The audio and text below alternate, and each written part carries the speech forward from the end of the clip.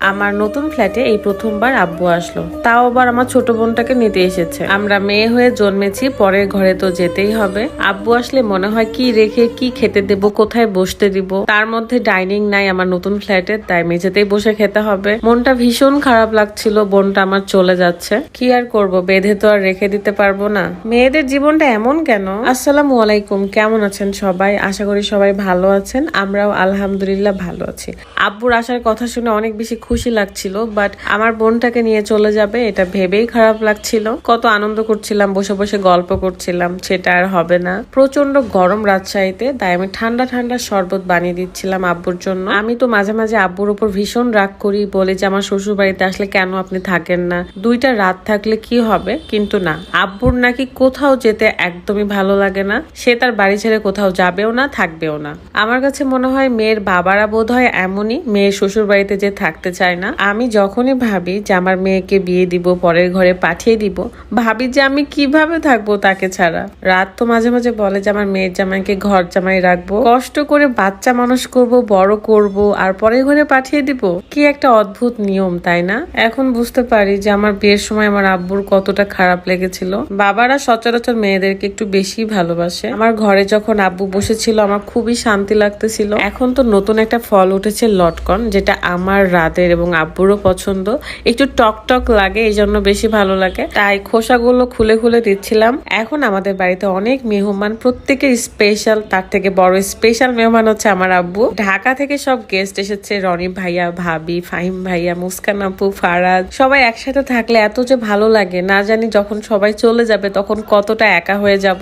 আব্বুর ফোনটা নিয়ে ঘাটাঘাটি করছিলাম, দেখছিলাম যে আমার আব্বু ফোনে কি কি দেখে। তো ফেসবুকে ঢুকেই দেখি শুধু আমার ভিডিও, ইউটিউবে দেখি শুধু আমার ভিডিও দেখে আব্বু। আর একা একা ফোন টিপতে টিপতে সব অপশনই শিখে গেছে। মেহমানদের জন্য কি রান্না করব এটা ভাবতে ভাবতে অনেক সময় চলে যায়। তারপরে টক ডাল, মানে আম দিয়ে ডাল রান্না করেছিলাম, আলু ভাজি, গরুর মাংস, আলু ভর্তাও ছিল। তো এগুলোই রাখছিলাম আজকে।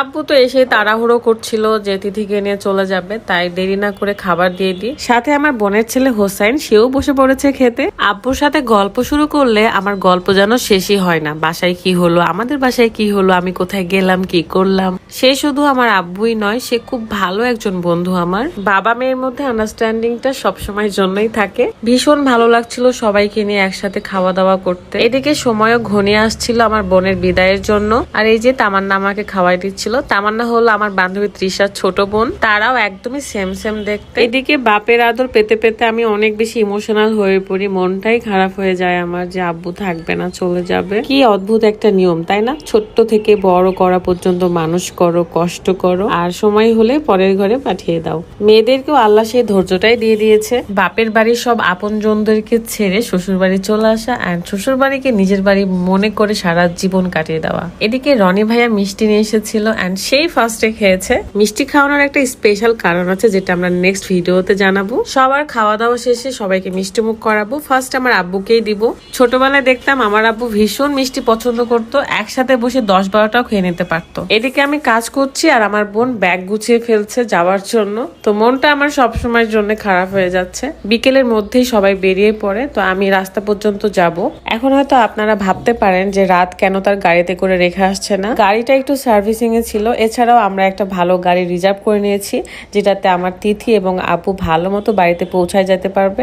অনেকদিন পর এই সিচুয়েশনটা আবারও আসলো। আমার বিয়ের পরপরই এভাবে আমার বোনরা যখন বেড়াতে আসতো, তখন বিদায়ের সময় আমি খুবই মন খারাপ করতাম, কান্না করতাম। আগে তো আব্বুকে বিদায় দিতে গেলেও আমার কান্না পেত। জানি না কেন খারাপ লাগে আমার। যদি এমন হতো সবাইকে আমার কাছে রেখে দিতে পারতাম, কারো কোনো পিছুটান না থাকতো, তাহলে কত ভালো হতো বলেন।